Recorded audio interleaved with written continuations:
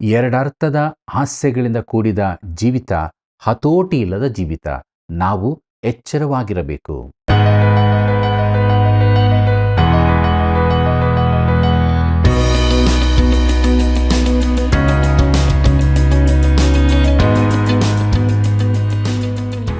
ಆತ್ಮೀಯ ಮಿತ್ರರೇ, ದೇವರ ವಾಕ್ಯಗಳ ಅಧ್ಯಯನದ ಮೂಲಕ ಅದ್ಭುತ ಸತ್ಯಗಳನ್ನು ನಾವು ತಿಳಿದುಕೊಂಡಿದ್ದೇವೆ.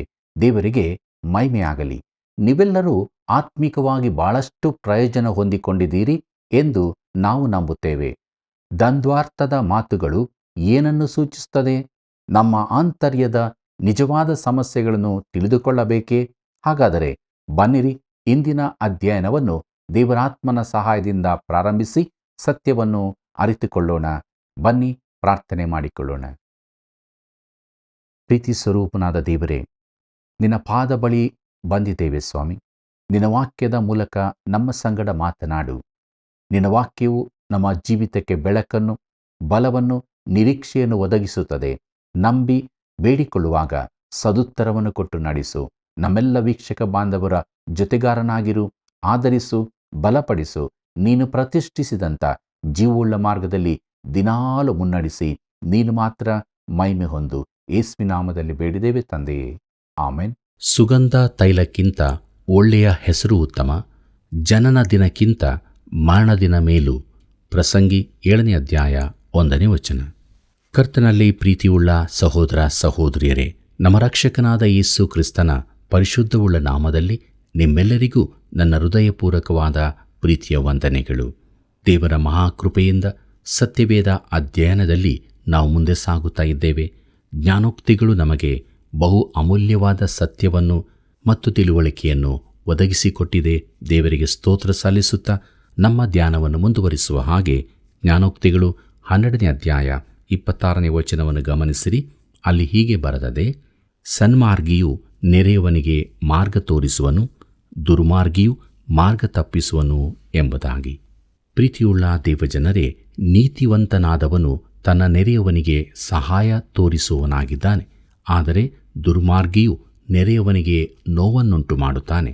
ನೀತಿವಂತನು ತನ್ನ ನೆರೆಯವನ ತಪ್ಪನ್ನು ಅವನಿಗೆ ತೋರಿಸಿ ಸರಿಪಡಿಸಲೆತ್ನಿಸುತ್ತಾನೆ. ಅವನು ಮಾಡತಕ್ಕ ದೊಡ್ಡ ಸಹಾಯ ಇದೇ ಆಗಿದೆ. ದಾವೀದನಿಗೆ ನಾತಾನನು ಒಳ್ಳೆಯ ಸ್ನೇಹಿತನಾಗಿದ್ದನು. ಆದರೂ ದಾವೀದನ ಕಡೆಗೆ ಕೈ ತೋರಿಸಿ ನೀನೇ ಆ ಮನುಷ್ಯನು ಎಂದು ಹೇಳುವ ಧೈರ್ಯ ಅವನಲ್ಲಿತ್ತು. 1ನೇ ಸಮುವೇಲನ ಪ್ರವಾದನೆ ಗ್ರಂಥ 12ನೇ ಅಧ್ಯಾಯ 7ನೇ ವಚನದಲ್ಲಿ ಇದನ್ನು ನಾವು ನೋಡುತ್ತೇವೆ. ಪ್ರಿಯರೇ, ನಮ್ಮ ಜೀವಿತದಲ್ಲಿ ಸರಿಪಡಿಸಬೇಕಾದ ಸಂಗತಿಗಳಿರುವಾಗ ಪ್ರೀತಿಯಿಂದ ತಿದ್ದುವ ಒಳ್ಳೆಯ ಸ್ನೇಹಿತರು ನಮಗಿದ್ದರೆ ಒಳ್ಳೆಯದು. ದೈವಸೇವಕರಾದ ಡಾಕ್ಟರ್ ವರ್ನನ್ ಮ್ಯಾಗಿಯವರು ಈ ರೀತಿಯಾಗಿ ಹೇಳುತ್ತಾರೆ: ನನಗಿದ್ದ ಒಬ್ಬ ಒಳ್ಳೆಯ ಸ್ನೇಹಿತನು ನನ್ನ ವಿದ್ಯಾಭ್ಯಾಸದಲ್ಲಿ ಒಳ್ಳೆಯ ಸಹಾಯ ಮಾಡಿದ್ದಾನೆ.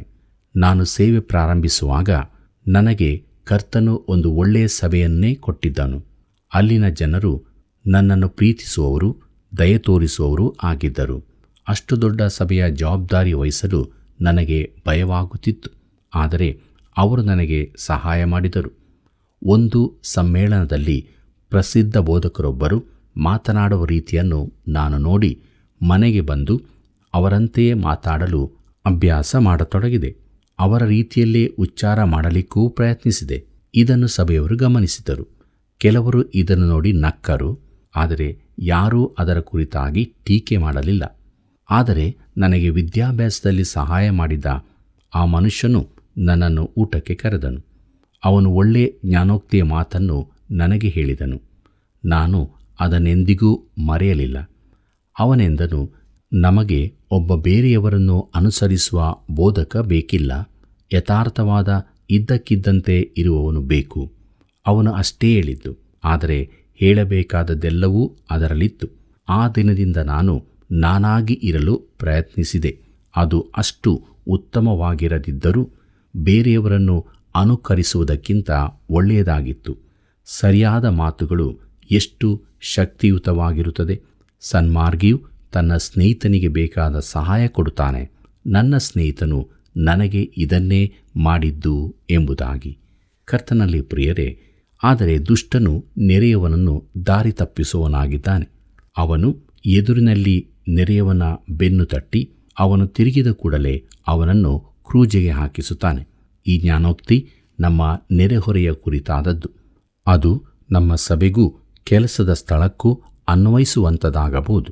ಜ್ಞಾನೋಕ್ತಿಗಳು 12ನೇ ಅಧ್ಯಾಯ 27ನೇ ವಚನವನ್ನು ಗಮನಿಸಿ. ಅಲ್ಲಿ ಹೀಗೆ ಬರೆದದೆ, ಮೈಗಳ್ಳನು ಹಿಡಿದ ಬೇಟೆಯನ್ನು ಬೇಯಿಸನು, ಚಟುವಟಿಕೆಯವನಿಗೆ ಅಮೂಲ್ಯ ಸಂಪತ್ತು ದೊರಕುವುದು ಎಂಬುದಾಗಿ. ಪ್ರೀತಿಯುಳ್ಳ ದೇವಜನರೇ, ಈ ಜ್ಞಾನೋಕ್ತಿಯು ಹಾಸ್ಯದಿಂದ ಕೂಡಿದ್ದಾಗಿದೆ. ಈ ಮನುಷ್ಯನು ಹೋಗಿ ಒಂದು ಜಿಂಕೆಯನ್ನು ಹೊಡೆದು ಕೊಂದನು, ಆದರೆ ಅದನ್ನು ಚರ್ಮ ಜಾರಿಸಿ ತುಂಡು ಮಾಡಿ ಬೇಯಿಸಲು ಅವನಿಗೆ ಸೋಮಾರಿತನ ಬಿಡಲಿಲ್ಲ. ಇಂಥ ಒಬ್ಬ ಬೇಟೆಗಾರನು ಎಂಥ ಆಲಸಿಯು. ಮೀನುಗಾರರು ಮೀನು ಹಿಡಿದರೂ ಅದನ್ನು ಶುದ್ಧಗೊಳಿಸಿ ತಿನ್ನದಂಥ ಸ್ಥಿತಿ. ಆದರೆ ಚಟುವಟಿಕೆಯವನಿಗೆ ಅಮೂಲ್ಯ ಸಂಪತ್ತು ದೊರಕುವುದು ಎಂಬುದಾಗಿ ನೋಡುವಾಗ ಅವನು ತನ್ನ ಪಾಲಿನ ಕೆಲಸವನ್ನು ಪೂರ್ತಿಗೊಳಿಸುತ್ತಾನೆ. ರೂತಳು ಹೊಲದಲ್ಲಿ ಹಕ್ಕಲಾಯಲು ಹೋದಾಗ ಬೋವಜನು ಆಕೆಗೆ ದಯೆ ತೋರಿಸಿದ್ದರಿಂದ ಆಕೆ ತುಂಬ ಧಾನ್ಯ ಕೂಡಿಸಿದಳು. ಬಳಿಕ ತಾನು ಹಕ್ಕಲಾಯದನ್ನು ಬಡಿದು ಧಾನ್ಯವನ್ನು ಕೂಡಿಸಿದಳು.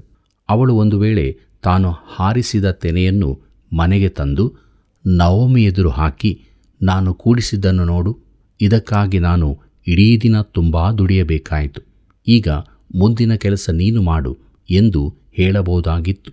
ಆದರೆ ಆಕೆ ಹಾಗೆ ಮಾಡಲಿಲ್ಲ. ಆಕೆಯ ಮನೋಭಾವ ಎಂಥದೆಂದು ಇದು ತೋರಿಸುತ್ತದೆ.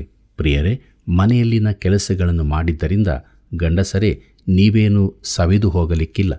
ಆಗಾಗ ಪಾತ್ರೆಗಳನ್ನೂ ತೊಳೆಯಬಹುದು. ದೈವಸೇವಕರಾದ ಡಾಕ್ಟರ್ ವರ್ನನ್ ಮ್ಯಾಗಿಯವರು ಈ ರೀತಿಯಾಗಿ ಹೇಳುತ್ತಾರೆ, ನಾನು ಈಗ ನಿವೃತ್ತನಾಗಿರುವುದರಿಂದ ಮನೆಯಲ್ಲೇ ಇರುವುದರಿಂದ ಈ ಕೆಲಸಗಳನ್ನು ಆಗಾಗ ಮಾಡುತ್ತೇನೆ. ನಾನು ಬಾಲಕನಾಗಿದ್ದಾಗ ತಾಯಿಯೊಡನೆ ಹೇಳುತ್ತಿದ್ದೆ, ನಾನು ದೊಡ್ಡವನಾದಾಗ ಎಂದಿಗೂ ಪಾತ್ರೆ ತೊಳೆಯುವ ಕೆಲಸ ಮಾಡಲಿಕ್ಕಿಲ್ಲ ಎಂದು. ಆದರೆ ಈಗ ನಾನು ಬಾಲಕನಾಗಿಯೇ ಇದ್ದಿರಬಹುದು, ಯಾಕಂದರೆ ನಾನು ಪಾತ್ರೆಗಳನ್ನು ತೊಳೆಯುತ್ತೇನೆ ಎಂಬುದಾಗಿ. ಮುಂದಕ್ಕೆ ನೋಡೋಣ. ಜ್ಞಾನೋಕ್ತಿಗಳು 12ನೇ ಅಧ್ಯಾಯ 28ನೇ ವಚನ ಹೀಗೆ ಹೇಳುತ್ತದೆ, ಧರ್ಮ ಮಾರ್ಗದಿಂದ ಜೀವಲಾಭವು, ಆ ಸುಪಥ ಮಾರ್ಗವು ಅಮರಣವೇ ಎಂಬುದಾಗಿ. ಕರ್ತನಲ್ಲಿ ಪ್ರಿಯರೇ, ದೇವರ ಮಗುವಿಗೆ ಅವನೆದುರು ಒಂದು ಸುಂದರವಾದ ಸಂಗತಿ ಎದುರಾಗುತ್ತದೆ. ಕರ್ತನ ಬರೋಣ ತಡವಾದರೆ ನಾವೆಲ್ಲರೂ ಮರಣವನ್ನು ಕಾಣಲೇಬೇಕಾಗಿದೆ. ಆದರೆ ನಮ್ಮ ಎದುರಿಗೆ ನಿತ್ಯ ಜೀವ ತೆರೆದುಕೊಂಡಿದೆ. ದೇವರಿಗೆ ಸ್ತೋತ್ರವಾಗಲಿ. ಕರ್ತನಲ್ಲಿ ಪ್ರಿಯರೇ, ಇಲ್ಲಿಗೆ ಜ್ಞಾನೋಕ್ತಿಗಳು ಪುಸ್ತಕದ 12ನೇ ಅಧ್ಯಾಯದ ಧ್ಯಾನವು ಮುಕ್ತಾಯವಾಯಿತು. ದೇವರು ತಿಳಿಸಿದ ಸತ್ಯಗಳಿಗಾಗಿ ದೇವರಿಗೆ ಸ್ತೋತ್ರ ಹೇಳುತ್ತಾ ಜ್ಞಾನೋಕ್ತಿಗಳು ಪುಸ್ತಕದ 13ನೇ ಅಧ್ಯಾಯದ ಧ್ಯಾನವನ್ನು ಪ್ರಾರಂಭಿಸೋಣ. ಪ್ರಿಯರೇ, ಈ ಜೀವಿತದ ಕೆಲವು ಶ್ರೇಷ್ಠ ಸೂತ್ರಗಳಲ್ಲಿ ಇನ್ನೂ ಕೆಲವನ್ನು ಈ ಭಾಗದಲ್ಲಿ ನೋಡೋಣ. ಜ್ಞಾನೋಕ್ತಿಗಳು 13ನೇ ಅಧ್ಯಾಯ 1ನೇ ವಚನ ಹೀಗೆ ಹೇಳುತ್ತದೆ, ಜ್ಞಾನಿಯಾದ ಮಗನು ತಂದೆಯ ಶಿಕ್ಷೆಯನ್ನು ಕೇಳುವನು, ಧರ್ಮನಿಂದಕನೋ ಗದರಿಕೆಯನ್ನು ಕೇಳನು ಎಂಬುದಾಗಿ. ಪ್ರಿಯರೇ, ಸೊಲೊಮೋನನು ದಾವೀದನ ಮೆಚ್ಚಿನ ಮಗನಾಗಿರದಿದ್ದರೂ ಅವನು ತಂದೆಯ ಮಾತುಗಳಿಗೆ ಕಿವಿಗೊಟ್ಟನು. ತಂದೆಯ ಶಿಕ್ಷಣವನ್ನು ಒಪ್ಪಿಕೊಳ್ಳುವ ಒಳ್ಳೆಯ ಮಗನಿಗೆ ಅವನು ಉದಾಹರಣೆಯಾಗಿದ್ದನು. ಮಾತು ಕೇಳದ ಧರ್ಮನಿಂದಕನಿಗೆ ಸೊಲೊಮೋನನ ಮಗನಾದ ರೆಹಬ್ಬಾಮನು ಉದಾಹರಣೆಯಾಗಿದ್ದಾನೆ. ಈ ಅನೇಕ ಜ್ಞಾನೋಕ್ತಿಗಳಲ್ಲಿ ನಾವು ಕಂಡ ಕತ್ತಲೆಯ ಅಥವಾ ನಕಾರಾತ್ಮಕ ವಿಚಾರಗಳಿಗೆ ಅವನು ಮಾದರಿಯಂತಿದ್ದನು. ಆದರೆ ಸತ್ಯವೇದದ ಬೇರೆ ಅನೇಕರು ಇಲ್ಲಿ ಸೂಚಿತವಾದದ್ದನ್ನು ನೋಡುತ್ತೇವೆ. ಜ್ಞಾನೋಕ್ತಿಗಳು 13ನೇ ಅಧ್ಯಾಯ 2 ಮತ್ತು 3ನೇ ವಚನಗಳನ್ನು ಗಮನಿಸಿರಿ. ಅಲ್ಲಿ ಹೀಗೆ ಬರೆದದೆ, ಬಾಹ್ಯ ಫಲವಾಗಿ ಮನುಷ್ಯನು ಸುಖವನ್ನನುಭವಿಸುವನು, ಬಲಾತ್ಕಾರವೇ ದ್ರೋಹಿಗಳ ಕೋರಿಕೆ. ಬಾಯನ್ನು ಕಾಯುವವನು ಜೀವವನ್ನು ಕಾಯುತ್ತಾನೆ, ತುಟಿಗಳನ್ನು ತೆರೆದು ಬಿಡುವವನು ನಾಶವಾಗುವನು ಎಂಬುದಾಗಿ. ಕರ್ತನಲ್ಲಿ ಪ್ರಿಯರೇ, ಹರಟೆಯ ರೀತಿಯ ಮಾತುಗಳನ್ನು ಈ ದಿನಗಳಲ್ಲಿ ತುಂಬ ಕೇಳುತ್ತೇವೆ. ಅವು ಬುದ್ಧಿಹೀನವಾದ ಮಾತುಗಳಾಗಿದ್ದು ದ್ವಂದ್ವಾರ್ಥವುಳ್ಳವುಗಳಾಗಿರುತ್ತವೆ. ಇಂತಹ ಎರಡರ್ಥದ ಹಾಸ್ಯಗಳು ಕ್ರೈಸ್ತರಲ್ಲಿಯೂ ಕಂಡುಬರುತ್ತವೆ ಮತ್ತು ಅನೇಕ ಸಲ ಈ ಮಾತುಗಳಲ್ಲಿ ಲೈಂಗಿಕ ವಿಚಾರಗಳೂ ಇರುತ್ತವೆ. ನಾನು ನೋಡಿದ ಪ್ರಕಾರ ಅನೇಕರು ಇಂತಹ ಅಸಹ್ಯಕರವಾದ ಮಾತುಗಳಲ್ಲಿ ತೊಡಗಿರುತ್ತಾರೆ ಮತ್ತು ಅದರಿಂದಾಗಿ ಕುಟುಂಬಗಳು ಒಡೆದು ಹೋಗುತ್ತವೆ. ಒಬ್ಬನು ಪರಸ್ತ್ರೀಯೊಂದಿಗೆ ಓಡಿ ಹೋದದ್ದು ಇತ್ಯಾದಿ ಘಟನೆಗಳು. ಪ್ರಿಯರೇ, ಹತೋಟಿಯಿಲ್ಲದ ಜೀವಿತ ಲಘು ಮಾತುಗಳಿಂದಾಗುತ್ತವೆ. ಇವುಗಳ ಕುರಿತಾಗಿ ಯೌವನಸ್ಥನಿಗೆ ಸೂಕ್ತ ಎಚ್ಚರಿಕೆ ಇಲ್ಲಿ ಕೊಡಲ್ಪಟ್ಟಿದೆ. ಜ್ಞಾನೋಕ್ತಿಗಳು 13ನೇ ಅಧ್ಯಾಯ 4ನೇ ವಚನ ಹೀಗೆ ಹೇಳುತ್ತದೆ, ಸೋಮಾರಿಯ ಆಶೆಯು ವ್ಯರ್ಥ, ಉದ್ಯೋಗಿಯ ಆತ್ಮಕ್ಕೆ ಪುಷ್ಟಿ ಎಂಬುದಾಗಿ. ಪ್ರೀತಿಯುಳ್ಳ ದೇವಜನರೇ, ಪೌಲನು ಥೆಸಲೋನಿಕದವರಿಗೆ ಇದನ್ನು ಚೆನ್ನಾಗಿ ಹೇಳಿದ್ದಾನೆ. ಅಲ್ಲಿನ ಕೆಲವರು ಭಕ್ತಿವಂತರೆಂದು ಹೇಳಿಕೊಂಡು ನಾವು ಕರ್ತನ ಬರೋಣವನ್ನು ಎದುರು ನೋಡುತ್ತಿದ್ದೇವೆ ಎಂದು ಹೇಳಿ ಕೆಲಸವನ್ನೇ ಮಾಡದೆ ಇರುತ್ತಿದ್ದರು. ಪೌಲನು ಹೇಳಿದ್ದಾನೆ, ಥೆಸಲೋನಿಕದವರಿಗೆ ಬರೆದ 2ನೇ ಪತ್ರಿಕೆ 3ನೇ ಅಧ್ಯಾಯ 10ನೇ ವಚನದಲ್ಲಿ, ಕೆಲಸ ಮಾಡಲೊಲ್ಲದವನು ಊಟ ಮಾಡಬಾರದು ಎಂಬುದಾಗಿ. ಪ್ರಿಯರೇ, ಸೋಮಾರಿಗಳಿಗೆ ನಾವು ಆಹಾರ ಕೊಟ್ಟು ಅದನ್ನು ಪೋಲು ಮಾಡದಿರೋಣ. ನಾವು ದುಡಿಯಬೇಕು ಮತ್ತು ಕರ್ತನು ಬರುತ್ತಾನೆಂದು ನಾವು ನಿಜವಾಗಿ ನಂಬುವುದಾದರೆ ನೀನು ಇನ್ನೂ ಹೆಚ್ಚು ದುಡಿಯುವನಾಗಿರುತ್ತಿ. ಜ್ಞಾನೋಕ್ತಿಗಳು 13ನೇ ಅಧ್ಯಾಯ 5 ಮತ್ತು 6ನೇ ವಚನಗಳನ್ನು ಗಮನಿಸಿರಿ. ಅಲ್ಲಿ ನಾವು ಹೀಗೆ ನೋಡುತ್ತೇವೆ, ಶಿಷ್ಟನು ಮೋಸಕ್ಕೆ ಅಸಹ್ಯಪಟ್ಟು ಮಾಡಲೊಲ್ಲನು, ದುಷ್ಟನ ನಡತೆಯು ಹೇಸಿಕೆಗೂ ನಾಚಿಕೆಗೂ ಆಸ್ಪದ. ಧರ್ಮವು ನಿರ್ದೋಷಿಯನ್ನು ಕಾಯುವುದು, ಅಧರ್ಮವು ದೋಷಿಯನ್ನು ಕೆಡವಿಬಿಡುವುದು ಎಂಬುದಾಗಿ. ಕರ್ತನಲ್ಲಿ ಪ್ರಿಯರೇ, ಇದು ಆಂತರ್ಯದಲ್ಲಿನ ಸತ್ಯತೆಯ ಕುರಿತಾಗಿ ತಿಳಿಸುತ್ತದೆ. ಪ್ರಾಯೋಗಿಕ ನೀತಿವಂತಿಕೆ ಅಂದರೆ ಇದೇ. ದೇವರು ಸುಳ್ಳಾದದ್ದನ್ನು ಹಾಗೆ ಮಾಡುತ್ತಾನೆ, ಸಹಿಸುವುದಿಲ್ಲ. ದೇವರ ಮಗುವಾದವನು ತನ್ನ ಜೀವಿತದಲ್ಲಿನ ಯಾವ ಸಣ್ಣ ಪಾಪವನ್ನೂ ಕಂಡುಕೊಂಡು ಅದನ್ನು ಬಿಟ್ಟು ಬಿಡತಕ್ಕದ್ದು. ಸುಳ್ಳು ಹೇಳುವಂತಾದು ನಮಗೆ ಸ್ವಾಭಾವಿಕವಾಗಿ ಬರುತ್ತದೆ. ದೇವರು ಅದನ್ನು ಹಾಗೆ ಮಾಡುತ್ತೇನೆಂದು ಹೇಳುತ್ತಾನೆ ಮತ್ತು ಅದಕ್ಕೆ ತಕ್ಕ ಶಿಕ್ಷೆಯನ್ನೂ ವಿಧಿಸುತ್ತಾನೆ. ಜ್ಞಾನೋಕ್ತಿಗಳು 13ನೇ ಅಧ್ಯಾಯ 7ನೇ ವಚನ ಹೀಗೆ ಹೇಳುತ್ತದೆ, ಒಬ್ಬನು ಧನವನ್ನು ಸಂಗ್ರಹಿಸಿದರೂ ಏನೂ ಇಲ್ಲದ ದರಿದ್ರನೇ, ಮತ್ತೊಬ್ಬನು ಧನವನ್ನೆಲ್ಲ ವ್ಯಯ ಮಾಡಿ ಬಡವನಾದರೂ ಬಹು ಐಶ್ವರ್ಯವಂತನೇ ಎಂಬುದಾಗಿ. ಪ್ರೀತಿಯುಳ್ಳ ದೇವಜನರೇ, ನಮ್ಮೆಲ್ಲರಲ್ಲಿಯೂ ಇರುವ ಹಳೇ ಸ್ವಭಾವದ ಇನ್ನೊಂದು ಉದಾಹರಣೆ ಇಲ್ಲಿದೆ. ನಾವು ಬಡವರಾಗಿದ್ದರೂ ಕೆಲವೊಮ್ಮೆ ಇತರರೆದುರು ತೋರಿಕೆಯ ಸಿರಿವಂತಿಕೆ ಪ್ರದರ್ಶಿಸುತ್ತೇವೆ. ನಮಗಿರುವುದಕ್ಕಿಂತಲೂ ಹೆಚ್ಚಾಗಿ ತೋರಿಸಿಕೊಳ್ಳುತ್ತೇವೆ. ಕೆಲವರು ತಮ್ಮ ಸಾಮರ್ಥ್ಯಕ್ಕೆ ಮೀರಿ ಐಶ್ವರ್ಯ ಪ್ರದರ್ಶಿಸಲು ಯತ್ನಿಸುತ್ತಾರೆ. ಇನ್ನು ಕೆಲವರು ತಮ್ಮ ನೆರೆಯವರೊಂದಿಗೆ ಪೈಪೋಟಿಗಿಳಿಯುತ್ತಾರೆ. ಆದರೆ ಇನ್ನು ಕೆಲವರು ತಾವು ನಿಜವಾಗಿ ಶ್ರೀಮಂತರಾಗಿದ್ದರೂ ತಾವು ಬಡವರು ಎಂದೇ ಮಾತನಾಡುತ್ತಾರೆ. ನಾವು ಮೊದಲಿದ್ದ ಸಭೆಯ ಒಬ್ಬ ಸದಸ್ಯನು ತುಂಬ ಐಶ್ವರ್ಯವಂತನಾಗಿದ್ದರೂ ಬೇರೆಲ್ಲರಿಗಿಂತ ಕಡಿಮೆ ಕಾಣಿಕೆ ಕೊಡುತ್ತಿದ್ದನು. ಯಾವಾಗಲೂ ಬೆಲೆ ಏರಿಕೆ, ದಿನ ತೆಗೆಯುವ ಕಷ್ಟಗಳ ಕುರಿತಾಗಿಯೇ ಮಾತನಾಡುತ್ತಿರುತ್ತಾನೆ. ಪರಿಸ್ಥಿತಿ ಸುಧಾರಿಸದಿದ್ದರೆ ತಮಗೆ ಗತಿಯೇ ಇಲ್ಲ ಎಂಬ ಹಾಗೆ ಮಾತನಾಡುತ್ತಾನೆ. ಪ್ರಿಯರೇ, ಈ ಎರಡೂ ರೀತಿಗಳು ದೇವರಿಗೆ ಅಸಹ್ಯವಾದವುಗಳು. ಯಾಕಂದರೆ ಎರಡೂ ಕೂಡ ಕಪಟದಿಂದ ಕೂಡಿದ್ದು. ನಾವು ಇತರರಂತೆ ಶ್ರೀಮಂತರಾಗಿರಲು ನಟಿಸುವುದಾಗಲಿ, ನಮ್ಮ ಸ್ಥಿತಿಯನ್ನು ಮುಚ್ಚಿಟ್ಟುಕೊಂಡು ಬಡವರಾಗಿ ನಟಿಸುವುದಾಗಲಿ ಸಲ್ಲದು. ನೆರೆಯವರೊಂದಿಗೆ ನಾವಾಗಿರಲು ಪ್ರಯತ್ನಿಸಬೇಕು. ಜ್ಞಾನೋಕ್ತಿಗಳು 13:9ನೇ ವಚನ ಹೀಗೆ ಹೇಳುತ್ತದೆ, ಶಿಷ್ಟರ ಬೆಳಕು ಬೆಳಗುವುದು, ದುಷ್ಟರ ದೀಪವು ಆರುವುದು ಎಂಬುದಾಗಿ. ಪ್ರೀತಿಯುಳ್ಳ ದೇವಜನರೇ, ಇಸ್ರಾಯೇಲ್ ರಾಜರ ಚರಿತ್ರೆಯ ಅಧ್ಯಯನ ಮಾಡುವಾಗ ನಾನು ಈ ಸೂತ್ರವು ಕಾರ್ಯನಿರತವಾಗಿದೆ ಎಂದು ಹೇಳಿದ್ದೆ. ಉತ್ತರ ಭಾಗದಲ್ಲಿ ಒಬ್ಬರ ನಂತರ ಒಬ್ಬರು ಅರಸರಾದರು. ಪಕ್ಕನೆ ಅವರಲ್ಲೊಬ್ಬನು ಕೊಲ್ಲಲ್ಪಟ್ಟು ಆ ವಂಶವು ರಾಜಾಧಿಕಾರ ಕಳಕೊಳ್ಳುತ್ತದೆ. ದೇವರು ಇದನ್ನೇ ಹೇಳುತ್ತಿದ್ದಾನೆ, ದುಷ್ಟರ ದೀಪವು ಆರುವುದು ಎಂಬುದಾಗಿ. ಈ ಲೋಕದಲ್ಲಿಯೂ ಇದು ಆಗಾಗ ನಡೆಯುತ್ತದೆ. ಹಿಟ್ಲರನ ಅಂತ್ಯ ಉತ್ತಮವಾಗಿರಲಿಲ್ಲ. ಸ್ಟಾಲಿನನ ಅಂತ್ಯವೂ ಒಳ್ಳೆಯದಾಗಿರಲಿಲ್ಲ. ಮುಂದಕ್ಕೆ ನೋಡೋಣ. ಜ್ಞಾನೋಕ್ತಿಗಳು 13ನೇ ಅಧ್ಯಾಯ 10ನೇ ವಚನ ಅಲ್ಲಿ ಹೀಗೆ ಬರೆದದೆ, ಹೆಮ್ಮೆಯ ಫಲವು ಕಲಹವೇ, ಬುದ್ಧಿವಾದಕ್ಕೆ ಕಿವಿಗೊಡುವವರಲ್ಲಿ ಜ್ಞಾನ ಎಂಬುದಾಗಿ. ಕರ್ತನಲ್ಲಿ ಪ್ರಿಯರೇ, ಒಂದು ಗುಂಪಿನಲ್ಲಿ, ನೆರೆಕರೆಯಲ್ಲಿ, ಸಭೆಯಲ್ಲಿ ವಿವಾದಗಳುಂಟಾಗುವಾಗ ಅದರ ಮೂಲವು ಹೆಮ್ಮೆಯೇ ಆಗಿರುತ್ತದೆ. ಯಾವಾಗಲೂ ಇದು ಸತ್ಯವೇ. ಜಗಳ ಉಂಟಾಗಲು ಯಾವಾಗಲೂ ಇಬ್ಬರು ಬೇಕೇ ಬೇಕು. ಜ್ಞಾನೋಕ್ತಿಗಳು 13ನೇ ಅಧ್ಯಾಯ 11ನೇ ವಚನವನ್ನು ಗಮನಿಸಿರಿ. ಅಲ್ಲಿ ನಾವು ಹೀಗೆ ನೋಡುತ್ತೇವೆ, ಸುಮ್ಮನೆ ಸಿಕ್ಕಿದ ಸಂಪತ್ತು ಕ್ಷಯಿಸುವುದು, ದುಡಿದು ಕೂಡಿಸಿಕೊಂಡವನಿಗೆ ಅಭಿವೃದ್ಧಿಯಾಗುವುದು ಎಂಬುದಾಗಿ. ಪ್ರೀತಿಯುಳ್ಳ ಸಹೋದರ ಸಹೋದರಿಯರೇ, ಈ ವಚನವನ್ನು ಕೂಡ ನಿತ್ಯತ್ವದ ಬೆಳಕಿನಲ್ಲಿ ನೋಡತಕ್ಕದ್ದು.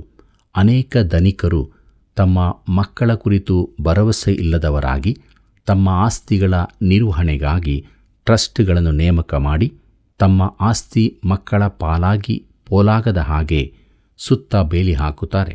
ಇಂತಹ ವ್ಯವಸ್ಥೆಯಿಂದಾಗಿ ಅವರ ಮಕ್ಕಳ ಜೀವನ ನಿರ್ವಹಣೆಗೆ ಬೇಕಾದ ಆದಾಯ ದೊರಕುತ್ತದೆ, ಆದರೆ ಮಕ್ಕಳು ಆಸ್ತಿಯನ್ನು ಮಾರುವುದಕ್ಕಾಗುವುದಿಲ್ಲ. ಇದರ ಪರಿಣಾಮವಾಗಿ ಅನೇಕ ಮಕ್ಕಳು ತಮ್ಮ ಜೀವಿತದಲ್ಲಿ 1 ರೂಪಾಯಿಯನ್ನು ದುಡಿಯದಿದ್ದರೂ ಬೇಕಾದಷ್ಟು ಹಣ ಕೈಯಲ್ಲಿರುವುದರಿಂದ ಆರಾಮ ಜೀವನ ನಡೆಸುತ್ತಿರುತ್ತಾರೆ. ಅವರಿಗೆ ದುಡಿಮೆಯ ಬೆಲೆ ತಿಳಿದಿರುವುದಿಲ್ಲ ಮತ್ತು ಆಸ್ತಿಯನ್ನು ಅವರು ಮುಟ್ಟಲಿಕ್ಕಾಗುವುದಿಲ್ಲ. ಇಲ್ಲದಿದ್ದರೆ ಅದನ್ನೆಲ್ಲ ಮಾರಿ ತಿಂದು ಬಿಡುತ್ತಿದ್ದರು. ಪ್ರಿಯರೇ, ಈ ವಚನವನ್ನು ನಿತ್ಯತ್ವದ ಬೆಳಕಿನಲ್ಲಿ ನೋಡೋಣ. ನಿಜವಾದ ಐಶ್ವರ್ಯ ಯಾವುದು? ಸಂಪತ್ತೆಂದರೆ ನಿಜವಾಗಿ ಏನು? ನಮಗಿರುವ ಹಣವೋ? ಆದರೆ ಅದೆಲ್ಲವೂ ನಮ್ಮ ಕೈಯಿಂದ ಜಾರಿ ಹೋಗುತ್ತವೆ. ಮರಣ ಬಂದಾಗ ಅದು ನಮ್ಮ ಬಳಿಯಿಂದ ದಾಟಿ ಹೋಗುತ್ತದೆ. ಅದನ್ನು ಯಾರೂ ಕದ್ದುಕೊಳ್ಳಲಿಲ್ಲ, ಆದರೆ ನಾವೇ ಅದನ್ನು ಕಳಕೊಳ್ಳುತ್ತೇವೆ. ಅದನ್ನು ಹಿಂದೆ ಬಿಟ್ಟು ನಾವು ಮುಂದೆ ಹೋಗಬೇಕಾಗಿದೆ. ಈ ರೀತಿ ಹಣ ಆಸ್ತಿ ಕೂಡಿಸಿದವರ ಗತಿ ಇದೇ ಆಗಿರುತ್ತದೆ. ಜ್ಞಾನೋಕ್ತಿಗಳು 13ನೇ ಅಧ್ಯಾಯ 12ನೇ ವಚನ ಹೀಗೆ ಹೇಳುತ್ತದೆ: ಕೋರಿದ್ದಕ್ಕೆ ತಡವಾದರೆ ಮನಸ್ಸು ಬಳಲುವುದು, ಕೈಗೂಡಿದ ಇಷ್ಟಾರ್ಥವು ಜೀವವೃಕ್ಷವು ಎಂಬುದಾಗಿ. ಕರ್ತನಲ್ಲಿ ಪ್ರಿಯರೇ, ನಾವು ತುಂಬ ಆಶೆಯಿಂದ ಕಾಯುತ್ತಿದ್ದ ಸಂಗತಿ ನಡೆಯದಿದ್ದರೆ ನಮಗೆ ದುಃಖವಾಗುತ್ತದೆ. ಅದಕ್ಕಾಗಿಯೇ ನಾವು ನಮ್ಮ ಜೀವಿತದಲ್ಲಿ ದೇವರ ಚಿತ್ತಾನುಸಾರವಾಗಿ ನಡೆಯಬೇಕು. ಯಾಕಂದರೆ ನಮ್ಮಷ್ಟಕ್ಕೆ ನಾವು ಅನೇಕ ಸಂಗತಿಗಳನ್ನು ಎದುರು ನೋಡುತ್ತೇವೆ. ಎಲ್ಲವೂ ಕೈಗೂಡುವುದಿಲ್ಲ. ದೇವರು ನಮ್ಮನ್ನು ಇಟ್ಟಿರುವ ಸ್ಥಿತಿಯನ್ನು ಸ್ವೀಕರಿಸಿ ಅದರಲ್ಲಿ ತೃಪ್ತರಾಗುವುದು ಎಷ್ಟು ಒಳ್ಳೆಯದು. ಜ್ಞಾನೋಕ್ತಿಗಳು 13ನೇ ಅಧ್ಯಾಯ 13ನೇ ವಚನದಿಂದ 15ನೇ ವಚನದವರೆಗೆ ಗಮನಿಸಿರಿ. ಅಲ್ಲಿ ನಾವು ಹೀಗೆ ನೋಡುತ್ತೇವೆ: ದೇವರ ವಾಕ್ಯವನ್ನು ಉಲ್ಲಂಘಿಸುವವನು ನಾಶವಾಗುವನು, ಆಜ್ಞೆಯನ್ನು ಭಯಭಕ್ತಿಯಿಂದ ಕೈಕೊಳ್ಳುವವನು ಸುಫಲವನ್ನು ಹೊಂದುವನು. ಜ್ಞಾನಿಯ ಬೋಧೆ ಜೀವದ ಬುಗ್ಗೆ, ಅದನ್ನಾಲಿಸುವವನು ಮೃತ್ಯುಪಾಶದಿಂದ ತಪ್ಪಿಸಿಕೊಳ್ಳುವನು.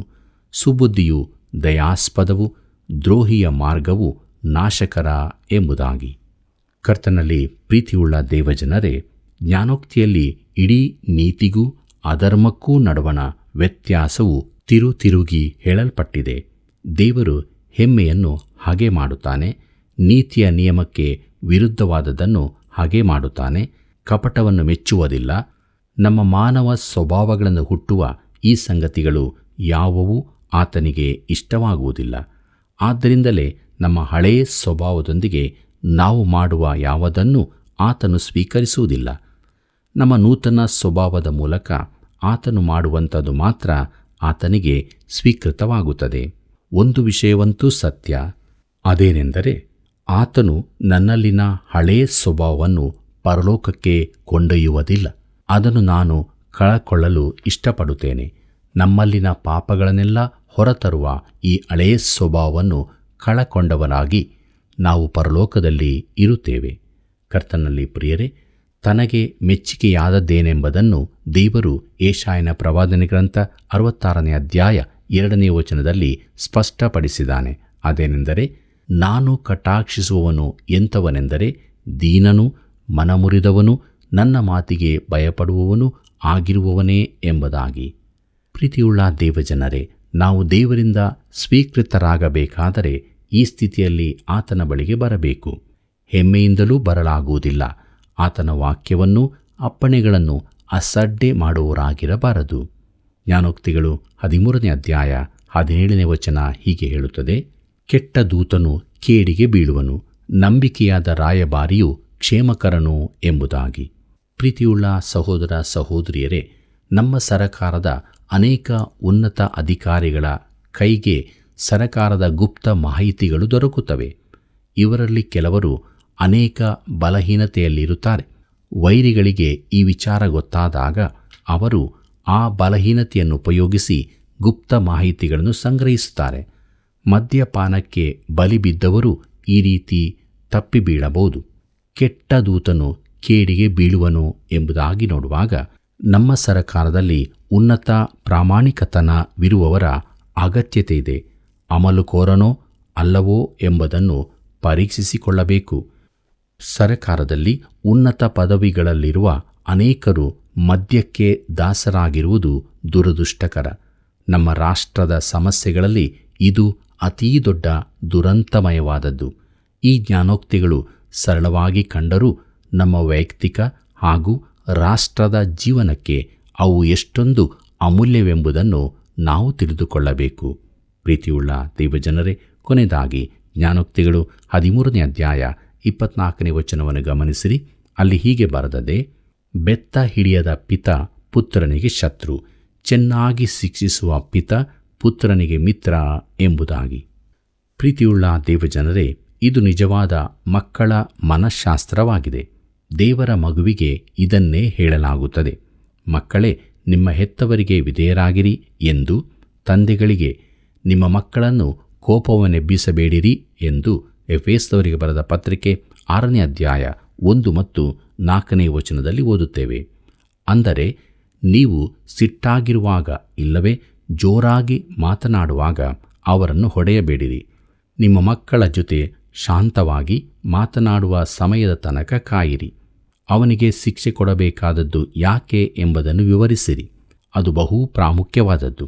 ಆದ್ದರಿಂದಲೇ ನನ್ನ ತಂದೆಯ ಶಿಕ್ಷಣ ಬಹಳ ಉತ್ತಮವಾಗಿತ್ತೆಂದು ನಾನು ಹೇಳುವುದು. ಸಿಟ್ಟು ಬಂದಾಗಲೇ ಆ ಕುರಿತು ಮಾತನಾಡದೆ 1 ದಿನದ ಮಟ್ಟಿಗೂ ಕಾಯುತ್ತಿದ್ದರು. ಅನೇಕ ವೇಳೆ ಅವರು ಆ ವಿಚಾರ ಮರೆತಿದ್ದಾರೆ. ನನಗೆ ಶಿಕ್ಷೆ ತಪ್ಪಿತು ಎಂದೇ ನಾನು ನೆನೆಸುತ್ತಿದ್ದೆ. ಆದರೆ ಹಾಗಿರಲಿಲ್ಲ. ಬಳಿಕ ಅವರು ಶಾಂತವಾಗಿ ನನಗೆ ವಿವರಿಸಿ ಹೇಳುತ್ತಿದ್ದರು. ಆಗ ಅವರು ಮಾಡಿದ್ದು ಸಿಟ್ಟಿನ ಬರದಿಂದ ಅಲ್ಲ ಎಂಬುದನ್ನು ನಾನು ತಿಳಿದುಕೊಳ್ಳುತ್ತಿದ್ದೆ. ಶಿಸ್ತಿಗೊಳಪಡಿಸುವುದು ಬಹು ಮುಖ್ಯ. ಕರ್ತನಲ್ಲಿ ಪ್ರೀತಿಯುಳ್ಳ ಸಹೋದರ ಸಹೋದರಿಯರೇ, ದೇವರ ವಾಕ್ಯವು ನಮ್ಮ ಹೃದಯಕ್ಕೆ ನಾಟಿದೆಯಲ್ಲವೇ? ನಮ್ಮ ಸ್ಥಿತಿಯಾಗಿದೆ. ನಾವು ಶಿಸ್ತಿನಿಂದ ನಮ್ಮ ಜೀವಿತವನ್ನು ಜೀವಿಸ್ತಾ ಇದ್ದೇವೆಯೋ? ದೇವರು ಶಿಸ್ತನ್ನು ಮೆಚ್ಚುತ್ತಾನೆ. ಕ್ರಮಬದ್ಧವಾದ ಜೀವಿತ ನಮ್ಮದಾಗಬೇಕು ಎಂಬುದಾಗಿ ಆತನು ಬಯಸುತ್ತಾನೆ. ಆದ್ದರಿಂದ ದೇವರ ವಾಕ್ಯಕ್ಕೆ ವಿಧೇಯರಾಗೋಣ. ಆತನ ಮಾತುಗಳನ್ನು ಕೈಕೊಂಡು ಭಯಭಕ್ತಿ ಜೀವಿತವನ್ನು ನಾವು ಜೀವಿಸೋಣ. ಹೀಗಾಗುವಂತೆ ದೇವರು ತಾನೇ ಸಹಾಯ ಮಾಡಿ ನಡೆಸಲಿ. ಕರ್ತನ ಕೃಪೆಯು ಸದಾ ನಿಮ್ಮ ಸಂಗಡ ಇರಲಿ. ಪ್ರಿಯರೇ, ಹರಟೆಯ ಮಾತುಗಳಿಂದ ನಾವು ದೂರ ಇರಬೇಕು. ಸೋಮಾರಿತನವು ನಮ್ಮನ್ನು ಬುದ್ಧಿಹೀನರನ್ನಾಗಿ ಮಾಡುತ್ತದೆ. ದುಷ್ಟರ ದೀಪವು ಆರಿಹೋಗುತ್ತದೆ. ನೀತಿವಂತರನ್ನು ಯಾವಾಗಲೂ ನೆನೆಸುವರು. ಅನುದಿನದ ಜೀವಿತದಲ್ಲಿ ದೇವರ ನೀತಿಯನ್ನು ಅನುಸರಿಸಿ ಮುಂದೆ ಮುಂದೆ ಸಾಗೋಣ. ಪ್ರಿಯ ವೀಕ್ಷಕರೇ, ಸತ್ಯವೇದ ಅಧ್ಯಯನವು ನಮ್ಮ ನಿಜ ಸ್ಥಿತಿಯನ್ನು ತೆರೆದು ಇಟ್ಟಿದೆಯಲ್ಲವೇ? ಅನೇಕರನ್ನು ಬೆಳಕಿಗೆ ನಡೆಸಲು ಸಹಾಯ ಮಾಡುತ್ತಿರುವ ಈ ಸೇವೆಯ ಅಭಿವೃದ್ಧಿಗಾಗಿ ಹಿಂದೆ ಕರೆ ಮಾಡಿರಿ. ಮತ್ತೆ ಭೇಟಿಯಾಗೋಣ. ನಿಮ್ಮೆಲ್ಲರಿಗೂ ತುಂಬು ಹೃದಯದ ವಂದನೆಗಳು.